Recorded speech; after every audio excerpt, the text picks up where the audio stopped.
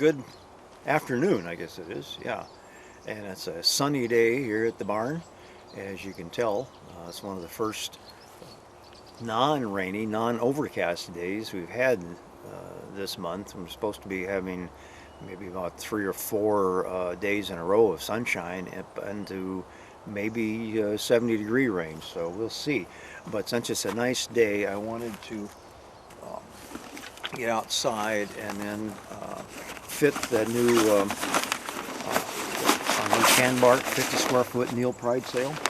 I wanted to fit that on I'm going to use the Granville Bay as a test subject and run its mast up and fit the new sail to it, and then I can take some measurements with my tape to figure out how long the first to the throat's going to be and how long I need to make the boom. So let me go ahead and get that rigged up. And I keep forgetting how pretty the Granville Bay is until I take the cover off, and I got to get that boat out more often. So let me get the mast up. Well, I guess I can have you watch me do a little bit. I made this fitting to go through the mast partners, just one of the an Orlock. I believe I got this from Chuck, and it fits some standard PVC parts, and then it goes down into the little cup at the base, and then through the mast partner up here. So I've got some of my wind streaming ribbons on here.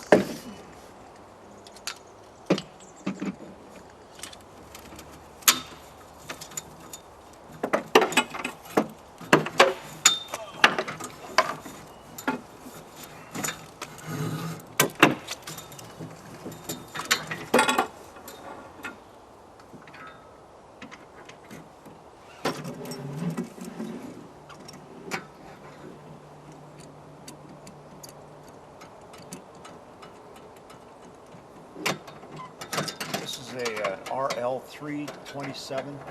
It goes on the track.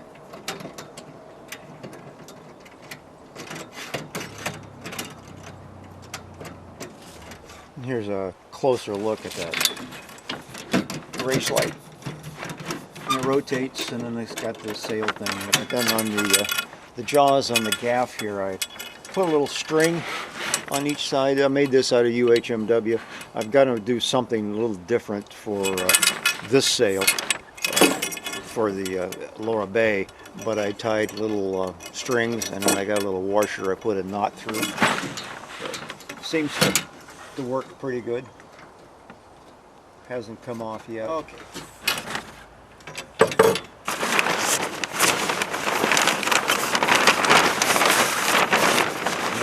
Throat.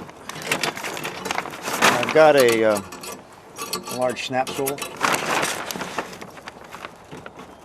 to put that through, and then on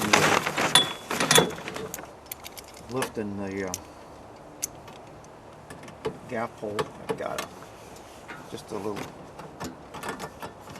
see that or not, little scissors.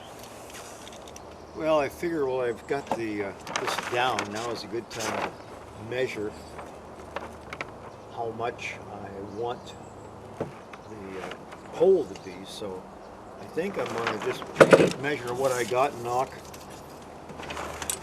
about 4 inches off. Okay, 70 inches, and I knock off 4. 1, 2, 3, 4. So I need about 66 inches.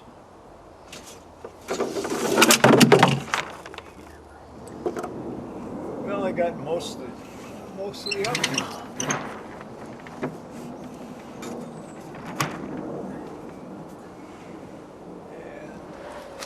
One thing I might have to change on this setup is the way it rigs up at the throat there.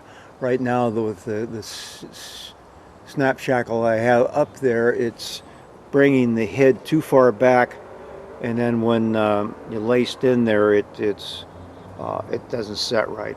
Let me go ahead and re-change that. Well, I've got it set, and there's a little bit of breeze flying, a little bit of breeze blowing, and the sail is flying. And I moved the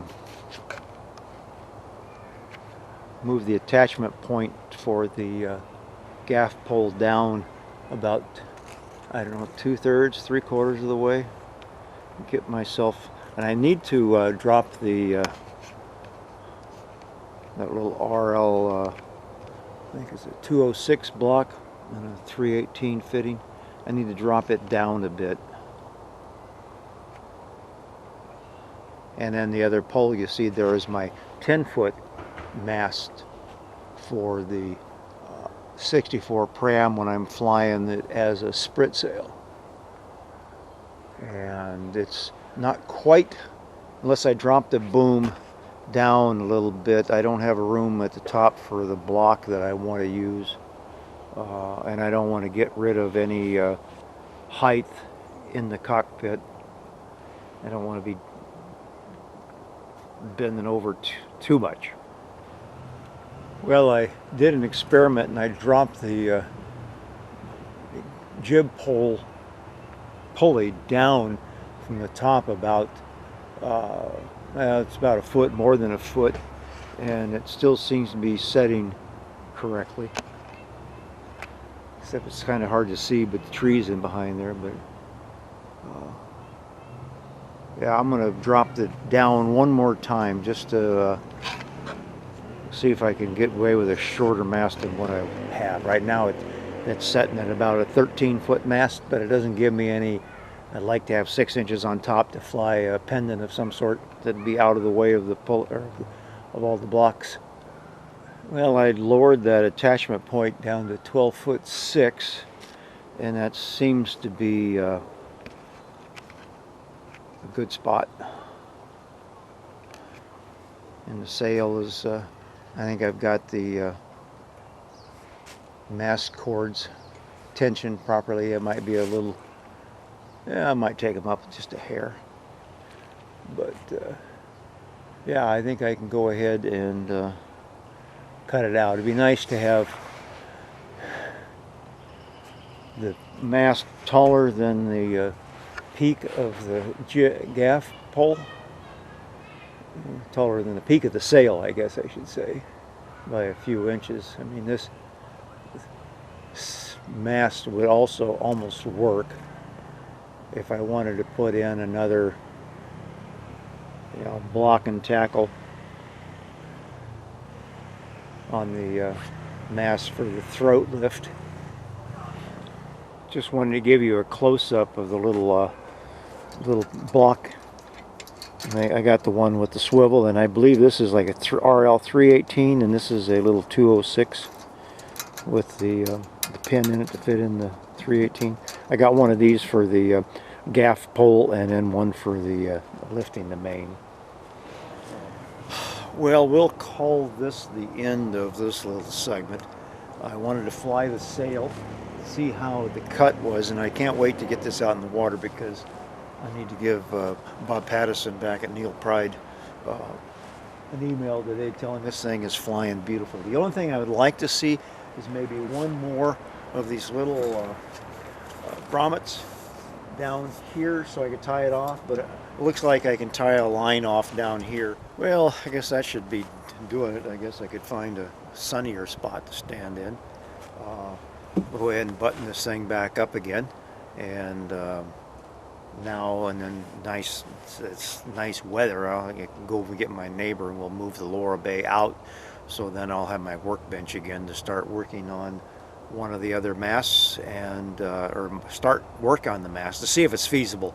I may just take the 10-foot sprit rig, because I don't really like to fly the sprit anymore. It's too much of a hassle to get away from a pier or to get into, you know, you put into a lake without a dock, and then rigging that sprit pole up when you're standing in the bow and it's windy or waves or whatever, it gets a little bit precarious. So I'd much rather set in the back and pull on those two lines to raise the mast and the sail through the throat and then through the gaff pole and lift those up and set those. So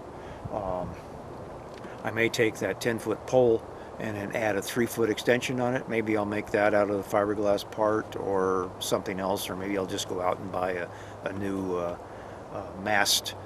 Instead of a 2-inch, maybe an 1 3/4, 13-footer, and then just be done with it. You know, I get a price out, the price of the aluminum tubing, as opposed to all the fiberglass and the time. So, but then I need to, you know, well, it wouldn't be cheaper to go down to Hood River in Oregon and cruise the sailboard shops for old masts. If I was down that way doing something else, I would certainly stock up on masts, that's for certain. Because the last time I was down there, there was a lot of used masts, really reasonable prices. So I'll see you guys later. Hopefully back in the barn working on some demos of that new fiberglass mast. So see you later.